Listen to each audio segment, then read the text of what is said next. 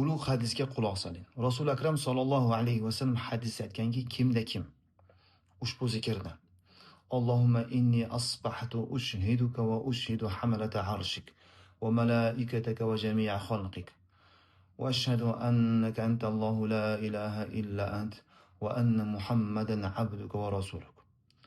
Ushbu zikrni bir marta aytsa, Alloh azza va jalla uni jasadini 4dan birisini jahannamdan ozod qiladi.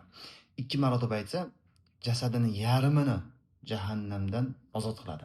3 marotaba aytsa, 4dan 3 qismini jasadini jahannamdan ozod qiladi. Agar kimda kim 4 marta aytsa, Alloh azza va jalla butun jasadini jahannamdan ozod qiladi.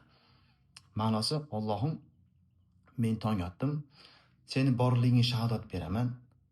Seni farishtalaringga, butun mavjudotlaringga, bu mavjudotlarni sen yaratgan ekanligingga shahodat beraman.